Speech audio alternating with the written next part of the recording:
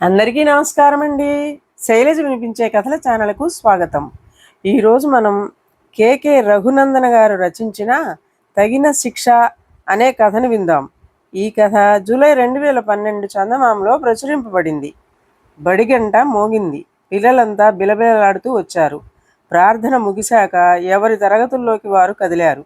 7వ తరగతిలోకి వెళ్ళిన చంద్రం మాస్టారు పిల్లలకు హాజరు వేయసాగారు.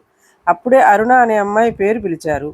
పలకకపోవడం చూసి ఎందుకు రాలేదని అడిగారు. వనిత అనే అమ్మాయి లేచి, సార్, అరుణ ఎందుకు రాలేదో నాకు తెలుసు అంది. చెప్పమన్నట్లుగా చూశారు మాస్టారు. అరుణ పక్కింట్లో దొంగతనం చేసింది. ఎంత అడిగినా చెప్పకపోయేసరికి వాళ్ళు పోలీసులకు ఫిర్యాదు చేశారు.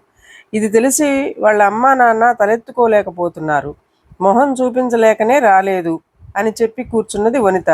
నమ్మలేనట్లుగా చూశారు చంద్రం మాస్టారు. ఆ వార్త విన్నది మొదలు పిల్లల్లో గుసగుసలు ప్రారంభం. మరి 2 రోజులు కూడా అరుణ రాకపోవడంతో అనుమానం బలపడింది. ఇది జరిగిన 3వ రోజు అరుణ వచ్చింది. ఏమీ ఎరగనట్లుగా ఉండటంతో అందరూ విస్తుపోయారు. మొదటి పీరియడ్ వచ్చేది చంద్రం మాస్టారే. అరుణను చూస్తూనే నువ్వు చేసిన పని ఏమిటో తెలిసిపోయింది. అందుకే బడి ఎగ్గొట్టావు. లే, నిల్చో, నిన్ను శిక్షించాలి అన్నారు కొద్దిగా కోపం ప్రదర్శిస్తూ. అరుణ భయంగా లేచి నిలబడి, సార్, నేనేం తప్పు చేశాను అన్నది. మరి ఈ 2 రోజులు ఎందుకు బడికి రాలేదు? టీచర్తో చెప్పాలా వద్దా అని నిలదీశారు చంద్రం మాస్టారు.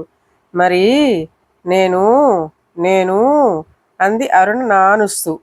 ఊళ్ళంట తిరుగుతూ కాలక్షేపం చేస్తున్నావు, అంతేనా? అందుకు సాక్ష్యం వనిత. లేమ్మా వనిత. ఏమర్రా పిల్లలు, ఈ వనిత చెప్పిన ప్రకారం అయితే నేరం చేసిన వాళ్ళను శిక్షించాలి కదూ. అందుకనే మరి ఈ వనితను శిక్షిద్దామా మరి అని అందరి వైపు చూశారు. అంతా విడ్డూరంగా చూసి, అదేంటి మాస్టారు, అరుణ తప్పు చేస్తే వనితను శిక్షిస్తారా? పాపం అన్నారు విచారంగా. అవును, అరుణ తప్పు చేసినట్లుగా చెప్పిన వనితదే తప్పంతా. అందుకే ఆ అమ్మాయినే శిక్షించాలి అన్నారు మాస్టారు. ఆయన మాటలకు మరింతగా విస్తుపోయారు పిల్లలు. మరేం లేదు, అరుణ మీద కోపంతో, అసూయతో ఉన్న వనిత అరుణపై నిందను ఎలా మోపాలా అని ఇలా చేసింది. 2 రోజులు అరుణ వరద బాధితుల కోసం విరాళాల సేకరణకు ఊళ్ళో వారి వెంట తిరిగింది. డబ్బులు పోగు చేసింది. కానీ ఈ విషయాన్ని మార్చి ఆమె దొంగతనానికి పూనుకుందని అబద్ధం చెప్పింది వనిత. అందుకే ఆ అమ్మాయిని ఎంతగా శిక్షించినా పర్వాలేదు అనగానే వనిత మొహం మాడిపోయింది.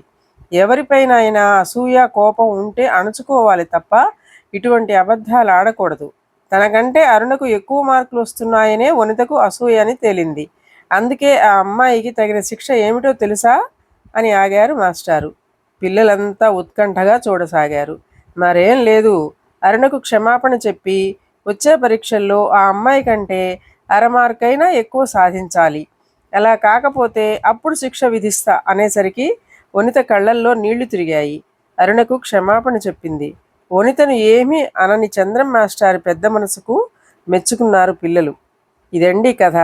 ఈ కథ మీకు నచ్చినట్లయితే లైక్ చేయండి, షేర్ చేయండి, కామెంట్ చేయండి, సబ్స్క్రైబ్ చేసుకొని నన్ను ఎంకరేజ్ చేయండి.